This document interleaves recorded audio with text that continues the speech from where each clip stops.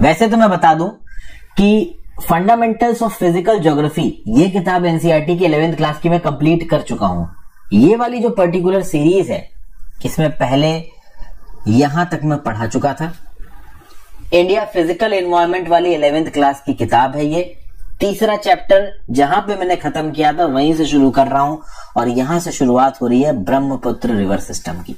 Brahmaputra river system के बारे में यहां पे बातचीत होगी डिटेल में जितना भी यहां पे बताया गया। वैसे तो एनसीईआरटी में बस एक पैराग्राफ में ब्रह्मपुत्र रिवर सिस्टम को खत्म कर दिया गया है, बट मैं आपको बहुत डिटेल में समझाने वाला हूं ब्रह्मपुत्र रिवर सिस्टम, क्योंकि इसमें बहुत सी इमेजेस लगेंगी। वो इमेजेस का मैंने एक पोथा बना के आपके लिए पीपीटी तैयार किए। शुरू करते हैं। तो Brahmaputra river system one of the largest river system है दुनिया का। खासकर अगर आप वॉल्यूम ऑफ वाटर के रिस्पेक्ट में ब्रह्मपुत्र रिवर सिस्टम को देखोगे तो अच्छा खासा बड़ा है। लेंथ वाइज भी ब्रह्मपुत्र रिवर सिस्टम ठीक ठाक बड़ा है, बट बात यह है कि 3 कंट्रीज में ये है। एक तो चाइना में, people Republic of China, basically Tibet के इलाके में है। अब Tibet people Republic of China का ही पार्ट है।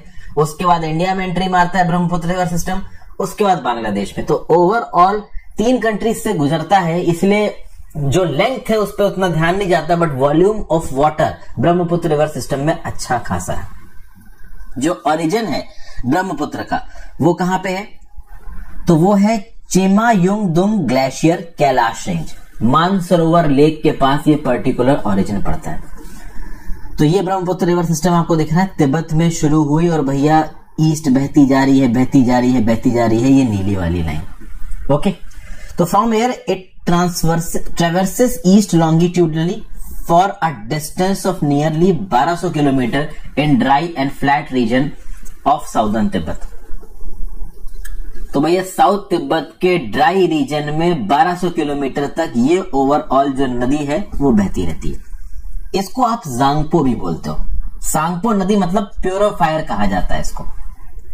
अब मैं आपको एक बात बता दूं, वैसे तो अगर आप देखोगे तो इस ब्रह्मपुत्र नदी के अंदर तिब्बत में भी बहुत सी ट्रिब्यूटरीज गिरती हैं, बट वो हमारे लिए इंपॉर्टेंट नहीं है। उसका रीजन क्या है? क्योंकि वो चाइना की ज्योग्राफी में जो बच्चे वगैरह पढ़ते होंगे वो देखते होंगे कि भाई तिब्बत में जो ये यारलुंग सांगपो नदी बह रही है इसकी बेसिकली कितनी ट्रिब्यूटरीज हैं, हम उसको नहीं देखेंगे। हम ब्रह्मपुत्र नदी की ट्रिब्यूटरी जब वो इंडिया के अंदर घुस जाती है तब देखेंगे।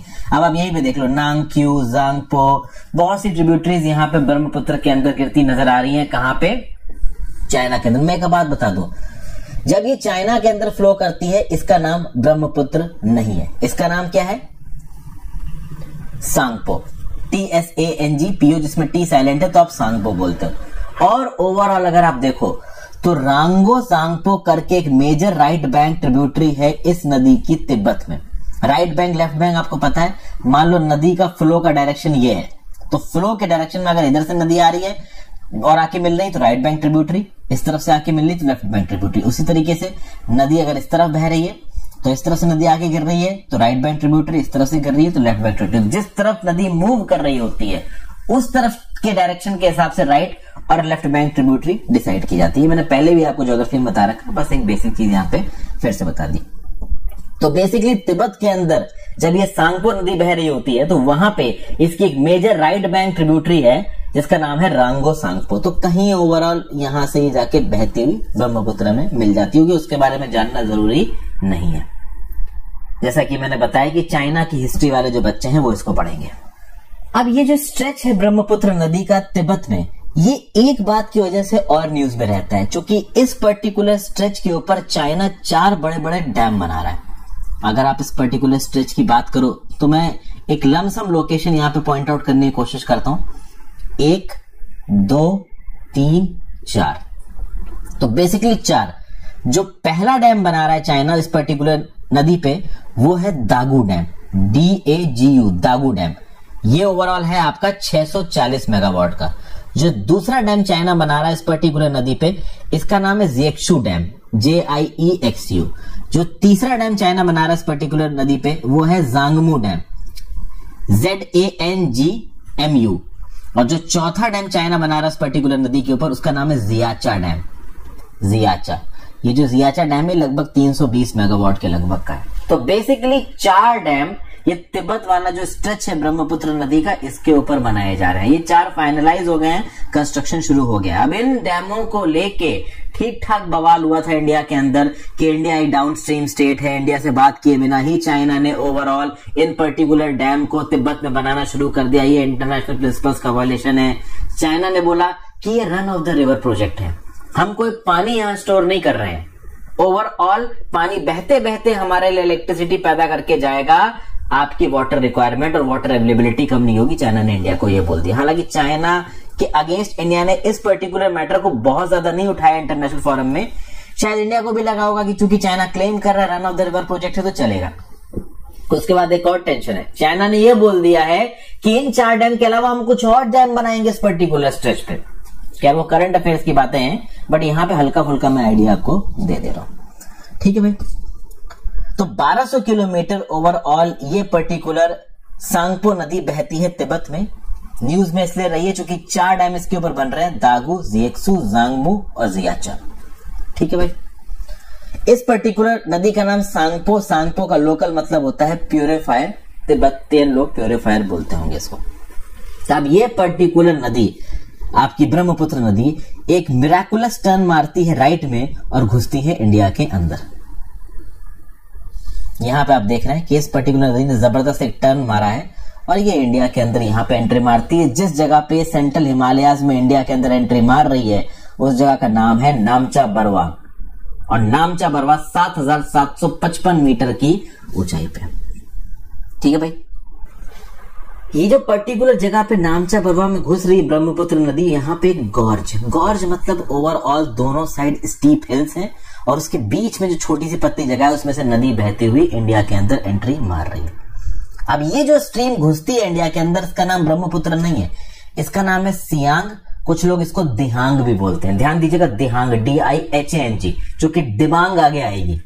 तो दिहांग दिबांग में आपको कंफ्यूजन हो सकता है कि जो स्ट्रीम पानी की इंडिया के अंदर घुसी वो क्या है, तो वो दिहांग है, DIHANG, इसको सियांग भी बोलते हैं।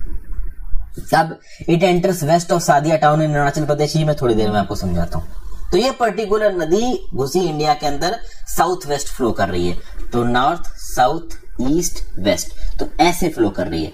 तो यहां पे दिख रहा है ना आपको, ऐसे फ्लो, ये जो स्ट्रेच है इसको आप साउथ वेस्ट बोल रहे हो। ठीक है भाई, अब थोड़ा आगे जब बढ़ेगी ये ब्रह्मपुत्र नदी तो इसमें भाई इसकी कुछ इंपॉर्टेंट ट्रिब्यूटरीज आके मिलेंगी। एक तो है सिकांग, जिसको आप दिबांग भी बोलते हो, और एक है आपकी लोहित। तो बेसिकली दिबांग और सिकांग मिलेगी और फिर लोहित मिलेगी। अब इसको हम लोग थोड़ा नक्शे में समझने की कोशिश करते हैं। ये भैया यहाँ पे सियांग बहती हुई नीचे इंडिया के अंदर घुस गई। इस सियांग नदी में ऊपर से आके ये नदी मिली और फिर इधर से आके लोहित मिली। दूसरे नक्शे में आपको दिखाता हूं, ये जांगपो नदी बहती हुई आ रही है, नामचा बरवा गॉर्ज से इसने राइट टर्न मारा, इंडिया के अंदर एंट्री मारेगी तो हो जाएगी सियांग नदी। अब इस सियांग नदी में आगे जाके ये दिबांग नदी आके मिल रही है। ठीक है, तो एक तो हो गई दिबांग नदी, और उसके बाद इधर से आपको दिख रहा है कि एक लोहित नदी आके गिरी। अब दिबांग नदी की भी अपनी कुछ ट्रिब्यूटरीज हैं, लोहित नदी की भी अपनी कुछ ट्रिब्यूटरीज हैं। तो कुल मिला के ओवरऑल ब्रह्मपुत्र की जो आप कह लो स्ट्रीम इंडिया के अंदर घुसी, उसको आपने बोला सियांग या दिहांग, DIHANG वाला। इसमें आके मिली आपकी दिबांग या सिकांग और फिर मिली आपकी लोहित। तो बेसिकली जब इस सियांग नाम की स्ट्रीम में, जो कि सांगपो नदी इंडिया के अंदर घुसी थी, इसमें जब मिल गई दिबांग और फिर जब इसमें मिल गई लोहित, तब जो कंबाइंड नदी बनी उसको आपने बोला ब्रह्मपुत्र। तो अब ये ब्रह्मपुत्रा बन के भैया आगे बढ़ती चली जाएगी इंडिया के अंदर, अपने आप में एक बड़ी जबरदस्त स्ट्रीम, क्योंकि अच्छा खासा पानी इसमें गिर चुका है। छोटी मोटी तो बहुत सी स्ट्रीम्स आके इस पर्टिकुलर नदियों में गिर रही हैं, बट 2 मेजर नदी जो आके गिरी, एक थी दिबांग, एक थी आपकी लोहित। और दिबांग लोहित की अपने आप में बहुत सारी छोटी छोटी ट्रिब्यूटरीज है। अब हम सब पढ़ने नहीं बैठ सकते, उतनी ज्यादा इंफॉर्मेशन की जरूरत नहीं है। तो ये देखिए, यहां से आई भाई आपकी दिहांग या सियांग, इसमें आके गिरी दिबांग और फिर इसी में आके गिरी आपकी लोहित। और ये जो तीनों नदियां मिली है ना, तीनों स्ट्रीम्स जो मिली, एक तो सियांग ओरिजिनल स्ट्रीम, तो ये जो तीनों स्ट्रीम्स मिल रही हैं, ये तीनों स्ट्रीम्स की मिलने की जगह बस सादिया के वेस्ट में है, अरुणाचल प्रदेश के अंदर। तो सादिया टाउन की एक अपनी इंपॉर्टेंस हो गई।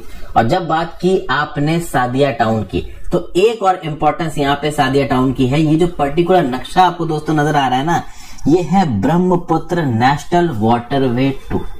ब्रह्मपुत्र नेशनल वाटरवे 2 के बारे में आई होप आपको पता हो, नहीं पता हो तो मैं आपको बताता हूं। नेशनल वाटरवे 2 ब्रह्मपुत्र रिवर का 891 किलोमीटर लंबा है। सादिया आसाम से शुरू होता है, तो यहां पे आपको सादिया नजर आ रहा है, ये पर्टिकुलर जगह। यहां से नेशनल वाटरवे शुरू हुआ और ये जाएगा कहां तक, तो बांग्लादेश बॉर्डर के पास एक जगह है धुबरी। तो धुबरी से लेके ये सादिया के बीच में ये जो 891 किलोमीटर का स्ट्रेच है ब्रह्मपुत्र का, जो मेजर पानी इंडिया के अंदर बह रहा है ब्रह्मपुत्र का, इसको आप बोलते हो नेशनल वाटरवे 2। इस नेशनल वाटरवे 2 को बहुत सारी वजहों से डेवलप किया जा रहा है, टूरिज्म की वजह से, लेकिन सबसे मेन वजह है लॉजिस्टिक्स। ओवरऑल सामान को और लोगों को एक शहर से दूसरे शहर तक पहुंचाना हमारे देश के ईस्टर्न इलाकों में, ये इस पर्टिकुलर वाटरवे का मेन ऑब्जेक्टिव है। ठीक है भाई। तो ब्रह्मपुत्र नदी को जब पढ़िएगा तो ये भी समझ लीजिएगा, इसकी इंपॉर्टेंस ये भी है कि भाई जो हमारा नेशनल वाटरवे 2 है वो बेसिकली इसी ब्रह्मपुत्र नदी के ऊपर है। ओके भाई। तो तीन स्ट्रीम्स, एक तो सियांग स्ट्रीम जो कि ओरिजिनल सांगपो की स्ट्रीम थी, उसमें मिली दिबांग। सियांग को दिहांग भी कहते हैं, इसमें मिली दिबांग। ठीक है। दिबांग को क्या कहते हैं, सिकांग भी कहते हैं, ये याद रखिएगा, दिबांग को सिकांग भी कहते हैं। और फिर मिली लोहित, तो क्या बन गई भैया, बन गई आपकी ब्रह्मपुत्र। ठीक है। मैंने और ये जो पर्टिकुलर मैंने फोटोज यहाँ पे जोड़ रखी है, ये आपको ओवरऑल काफी आइडिया दे रही है। अब ये तो हमने शुरुआती बात कर ली, आगे कौन कौन सी ट्रिब्यूटरीज भैया इसमें आके मिल रही हैं।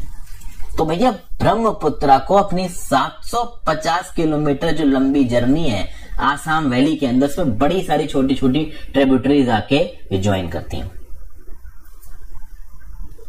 एनसीईआरटी का टेक्स्ट ये बोलता है, और जो एनसीईआरटी का टेक्स्ट है भाई देखो वो आपको पता होना चाहिए, क्योंकि वो पूछा जा सकता है आपसे। तो ओवरऑल जो मेजर लेफ्ट बैंक ट्रिब्यूटरीज हैं आपकी ब्रह्मपुत्र की, तो अब पहले तो ये आप कह लो जो सांगपो थी वो ऐसे बहती हुई आ रही थी, फिर जब राइट में बही तो फिर ब्रह्मपुत्र अंदर ऐसे बही। तो अब जब ऐसे बह रही है तो इस तरफ से जो आएंगी वो लेफ्ट बैंक ट्रिब्यूटरी होंगी, लेफ्ट बैंक, और इस तरफ से जो आएंगी वो राइट बैंक ट्रिब्यूटरी होंगी। तो बेसिकली जो मेजर लेफ्ट बैंक ट्रिब्यूटरी है वो है बूढ़ी दिहिंग, एक है आपकी धनसिरी, और इंपॉर्टेंट राइट बैंक ट्रिब्यूटरीज कौन सी जो ऊपर से आके गिरेंगी, एक है सुबनसिरी, एक है कामेंग, एक है मानस, एक है संकोश। अब प्रॉब्लम ये है दोस्तों कि बहुत सारे मैपों में आपको ये पर्टिकुलर नदियां ओरिजिनली दिखेंगी नहीं।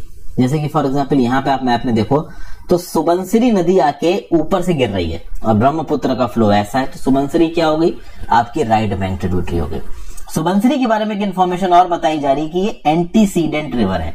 एंटीसीडेंट रिवर मतलब ये माउंटेन बनने से पहले इस पर्टिकुलर इलाके में एग्जिस्ट करती थी। जैसे जैसे माउंटेन खड़े होते गए वैसे वैसे रिवर फ्लो के थ्रू माउंटेन की चट्टानों को काटती गई, और अब माउंटेन खड़े हो गए लेकिन माउंटेन के बीच से अपना रास्ता बना लिया सुबनसिरी नदी में, इसलिए सुबनसिरी नदी को यहाँ पे एंटीसीडेंट रिवर बोला गया। सुबनसिरी नदी का उदय भी तिब्बत के अंदर होता है। सुबनसिरी नदी राइट विंग ट्रिब्यूटरी, उसी प्रकार से कामेंग भी राइट विंग ट्रिब्यूटरी, संकोश भी राइट विंग ट्रिब्यूटरी है, मानस भी राइट विंग ट्रिब्यूटरी है। मानस आपको यहाँ पे नक्शे में नजर आ जाएगी, अगर आप देखो तो मानस नदी इधर आपकी भूटान से होती हुई आके ओवरऑल ब्रह्मपुत्र नदी में गिर रही है। ओके, तो ये चीज है। अब संकोश नदी उतनी क्लियर आपको यहाँ पे नजर नहीं आ रही, कामेंग नदी उतनी क्लियर नजर नहीं आ रही। उसी प्रकार से लेफ्ट बैंक ट्रिब्यूटरी साउथ से बूढ़ी दिरिंग और धनसिरी नदी आके ओवरऑल ब्रह्मपुत्र नदी में गिरती है। तो ये जो पर्टिकुलर मैप्स मैंने आपको यहाँ पे दिखाए हैं, ये मैप भी अगर आपने प्रॉपर तरीके से देख लिए तो भी ठीक ठाक आपको ब्रह्मपुत्र नदी का आइडिया होगा। थोड़ा आपको रिवीजन मानना पड़ेगा, जो कि रिवीजन नहीं मारेंगे तो भूल जाएंगे। ठीक है भाई। उसके बाद अगर आप देखो तो ये जो ब्रह्मपुत्र है वो बांग्लादेश के अंदर एंट्री मारेगी धुबरी में। आपको पता है, मैंने बताया सादिया से धुबरी नेशनल वाटरवे ट्रू है।